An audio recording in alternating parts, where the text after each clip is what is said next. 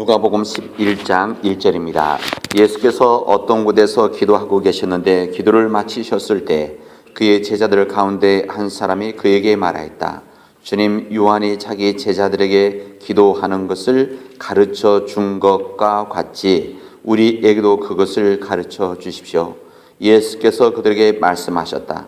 너희는 기도할 때 이렇게 말하여라. 아버지, 그 이름을 거룩하게 하여 주시고 그 나라를 오게 하여 주십시오. 날마다 우리에게 필요한 양식을 내려 주십시오. 우리의 죄를 용서하여 주십시오. 우리에게 빚진 모든 사람을 우리가 용서합니다. 우리를 시험에 들지 않게 하여 주십시오. 아멘. 여러분 잘 쉬셨습니까? 오늘이 설날이죠. 설날인데 우리가 오면서도 그 얘기했었는데 우리가 1월 1일 날에도 복 받고 우리 미국에서는 또 오늘 또 복 받고 우리에게 참 복이 많다. 오늘 새해를 맞이해서 우리 모든 믿음의 가족들에게 복된 하루와 또 복된 하나가 되어지기를 주님의 이름으로 축원합니다. 이제 새벽 기도가 시작이 되어지면 여러분들은 이게 두 가지 중에 하나 선택을 해야 됩니다. 잠을 선택해야 될 것인가 아니면은 이 새벽 기도를 선택해야 될 것인가. 여러분 우리 몸은 한계가 되어 있고 피곤함과 우리 체력이 한계가 되어져 있기 때문에 여러분 선택을 해야 됩니다. 그러니까 이 새벽 기도를 나오려고 한다면은 시간을 일찍 주무셔야 됩니다. 그렇죠? 뭐 아주 기본적인 얘기인데 항상 이 기본이 뭐 잘 안 되더라고요. 저도요.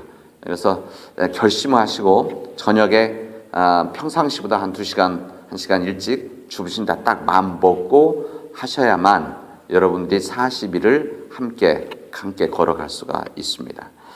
여러분 그렇게 하시고 우리 시간들을 여러분 잘 만들어 갈 수 있기를 바랍니다. 여러분 주님의 말씀은 생명력이 있습니다. 믿으십니까? 주님의 말씀은 생명력이 있어서 그 생명이 가지고 있는 그 힘에 의해서 사람들을 변화시킬 수가 있습니다. 우리가 주님 말씀이 생명력이 있다는 것을 믿고 있기 때문에 우리가 이 시간에 이렇게 모이는 것이고 주님 말씀을 듣게 되어지는 겁니다. 이 주님의 말씀이 생명력이 있기 때문에 변화를 줄 수가 있어서 이 말씀이 주어지고 받아들이게 되어지면은 그 사람들을 변화시킬 수가 있고 공동체를 변화시킬 수가 있고 세상을 변화시켜 나갈 수가 있습니다.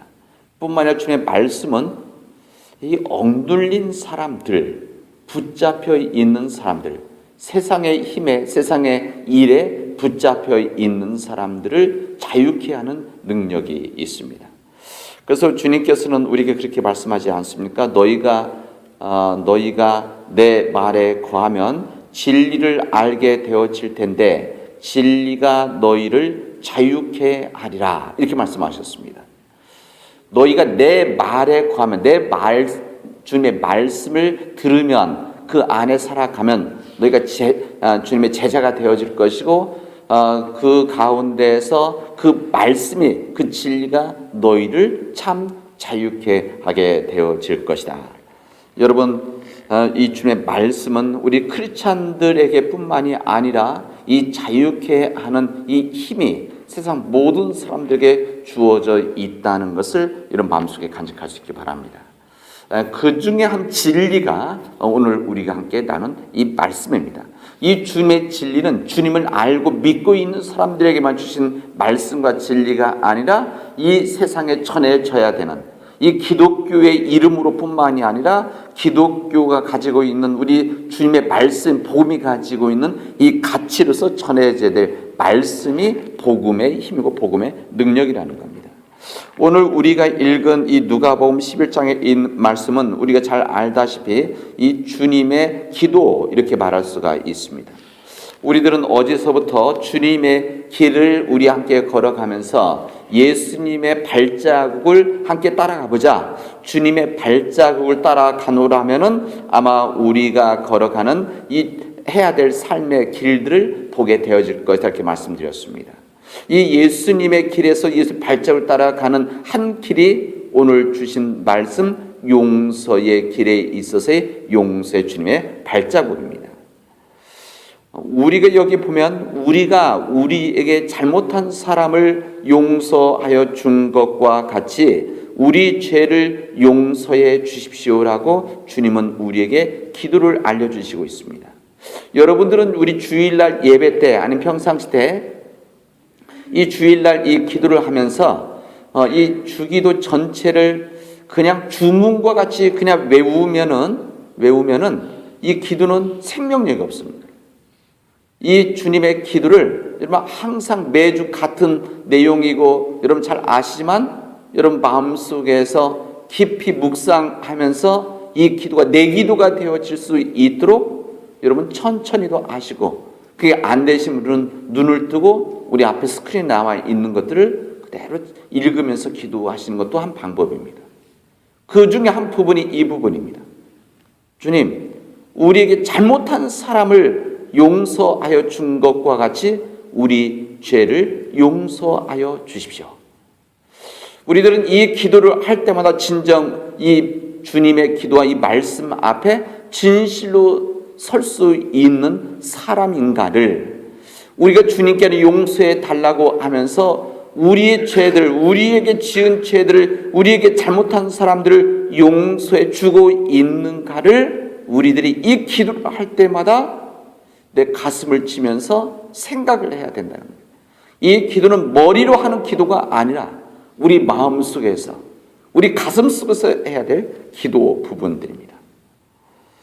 여러분, 예수님께서 십자가에서 돌아가실 때 그때 예수님을 붙잡아서 교회 그러니까 성전 지도자들 또 제사장들 가장 가까이 있는 이 로마 병정들, 이 빌라도, 이런 사람들에 의해서 우리 성경은 그들이라고 나와 있는데 그들 예수님을 십자가 못 박았습니다. 실제 못 박은 사람들은 로마 병정들이었지만 로마 병정들일 뿐입니까?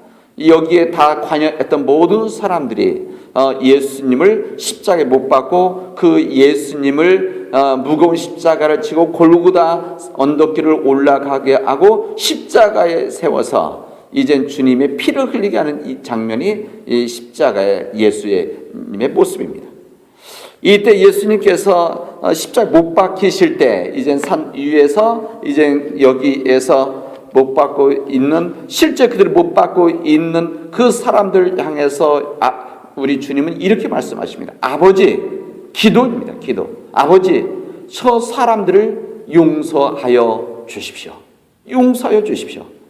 뭐라 합니까? 그 다음에 저 사람들은 자기네가 무슨 일을 하는지를 전혀 알지를 못합니다. 저 사람들 지금 나의 이 못을 받고 있는 이 사람들을 용서해 주십시오. 그들이 하는 짓을 알지를 못합니다. 예수님은 십자가에서, 이 십자가라고 하는 것은 용서의 아주 구체적인 실천 공간이자 마당이라는 것을 알려주시고 있습니다. 뿐만 아니라 이 말씀은 우리가 용서해야 될 이유를 그대로 잘 알려주시고 있는 말씀입니다.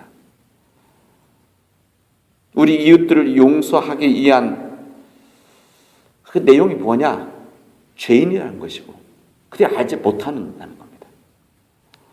우리들이 때로는 우리 살아나가면서 도무지 용서하기 어려운 상처를 입었을 때, 도저히 내 머릿속에서 도저히 용서할 수 없는 일들이, 아니면 그렇게 큰 용서가 아니더라도 이 작은 용서마저도 할 수 없는 일이 있을 때 우리는 우리 자신들에게 그런 사람들 향해서 어떻게 나에게 그럴 수가 있느냐라고 흥분을 하게 되어집니다. 나를 어떻게 생각하고 이렇게 나를 상처를 주느냐, 이런 흥분을 하게 되어집니다.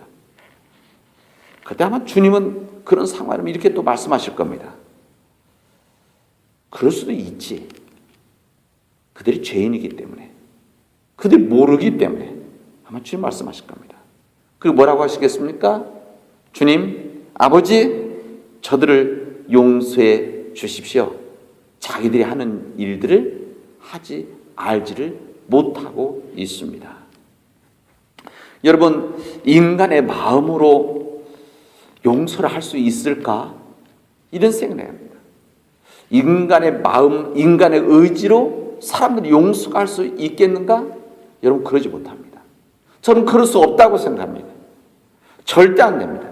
용서하려는 의지도 있고 용서하고 있다고 머릿속은 생각하는데, 용서라는 것은 머리로 되는 겁니까? 우리 가슴으로 해야 되고 우리 심령 안에서 해야 되는데, 이게 우리 인간의 의지로 가능할 것인가? 이것은 안 된다. 이것을 가능하게 하는 것은 오직 한 가지, 하나님의 사랑이고 하나님의 은혜라는 겁니다. 우리가 용서해야 될 것들, 이 잘못한 것들, 우리가 용서해야 될 것보다 더 큰 것들, 그게 보면 하나님의 사랑만이, 그 더 큰 사랑과 하나님의 은혜가 있을 때만이, 더 정확히 말한다면 내 죄를 용서해 주신 하나님, 나의 더 큰 죄를 용서해 주신 하나님의 사랑과 은혜가 내 안에 더 커질 때만이 사람들을 용서해 줄 수 있다는 겁니다. 이게 아니면은 그냥 인간의 의지로는 용서가 안 되는 겁니다. 되겠습니까? 안 돼요. 이것을 그냥 의지로 용서할 수 있다면 이것은 엄청난 성인이다 라고 할 수가 있어요. 그러나 그거 안 되는 겁니다. 여러분, 우리 주님께서는 아마 사람들이 그럴 겁니다. 용서하라고 하면 저는 그 용서할 마음이 없습니다. 그러나 주님은 아마 또 그렇게 이야기하시겠죠. 너도 용서할 마음을 내가 말하는 것이 아니라 그냥 용서해라. 하나님의 사랑 은총이 있기 때문에 너희들한테 용서할 마음에 대한 부분을 말하는 것이 아니라 용서해라. 주님 말씀하시는 겁니다. 예수님께서는 베드로가 이렇게 이해합니다. 예수님, 7번까지 용서를 해야 됩니까? 이 베드로가 생각할 때는 7번 정도는 정말 크게 용서한다고 생각하고 말을 한 겁니다. 7은 뭐 완전수 이렇게 말하니까. 그때 주님께서 뭐라고 말씀하십니까? 7번 정도 이렇게 말씀하지 않고 70번을 7번까지 용서를 해라, 이렇게 말씀을 하십니다. 우리 마태복음의 6장, 이게 산상수훈의 말씀인데, 이 우리 복음의 아주 진주와 같은 말씀이 아닙니까? 여기서 예수님이 이렇게 말씀하세요. 그 6장 마지막 거의 부분에 그 중간에 보면, 너희가 남의 잘못을 용서해 주면은 너희 하늘 아버지께서도 너희를 용서하시게 되어질 것이다. 너희가 다른 사람 용서해 주실 것이다. 그러나 너희가 남을 용서해 주지 못하면 너희 아버지께서도 용서하지 않으실 것이다 말씀하십니다. 여러분, 여러분의 용서받는 것은 여러분이 할 수 있는 한 선택이 있습니다. 그게 뭔가 다른 사람들을 용서해 주는 겁니다. 여러분 마음속에 가지고 있는 여러분의 마음을 힘들게 하고 상처를 주었던 사람들, 아니면 인생에 있어서 여러분들에게 무거운 짐을 주었던 그래도 그런 사람들을 여러분들이 용서를 할 때 우리 주님께서도 용서를 하게 될 것이라는 것을 우리에게 말씀을 해 주시고 있습니다. 왜 그러냐? 주님의 사랑 때문에 그렇습니다. 우리를 위해서, 우리가 용서해야만 우리가 그 귀한 삶을 살아갈 수 있기 때문에 주님은 우리에게 그렇게 말씀을 하시는 겁니다. 요셉은 여러분 알다시피 형들의 질투에 의해서 정말 많은 상처를 받았습니다. 요셉만큼 상처받는 사람이 있었겠습니까? 우리 성경에서 요셉은 우리가 말하면 그냥 국무총리가 이 애굽의 지도자 되니까 그런 것 같지만 사실은 그 이전에 요셉은 엄청난 상처를 받았던 사람입니다. 형들로부터 질투를 받고, 그 다음에 생명의 목숨 잃을 뻔도 하고, 달려가고 노예가 되어지고, 또 그곳에 가서 교도소에 가기도 하고, 이런 또 이용당하기도 하고, 잊혀지기도 하는 이런 여러 상처, 완전 상처투성이죠. 상처투성이. 여러분, 그 시작이 요셉의 형제들이었는데 요셉의 형제들은 괜찮았겠습니까? 그렇지 않았습니다. 요셉의 형제들도 요셉에게 상처를 준 다음에 그들이 요셉을 만나기 전까지는, 더 정확히 말하면 아버지가 죽을 때까지, 그때까지 깊은 상처 속에서 살았습니다. 무슨 말인가 하면, 상처를 주면 상처를 받은 사람이나 상처를 준 사람이나 둘 다 고통 속에서 살아가게 되어진다는 겁니다. 아버지가 죽은 다음에 이젠 애굽에서 이 요셉 국무총리가 된 다음에 이제 그들 다 받아들이고 이 내용 줄이고, 그리고 그 형제들을 용서를 하게 되어집니다. 용서를 하게 되어져서 그들을 받아주게 됩니다. 그런데 문제는 뭐냐면 형제들이 그 용서를 받아들이지를 않았던 겁니다. 그 심각한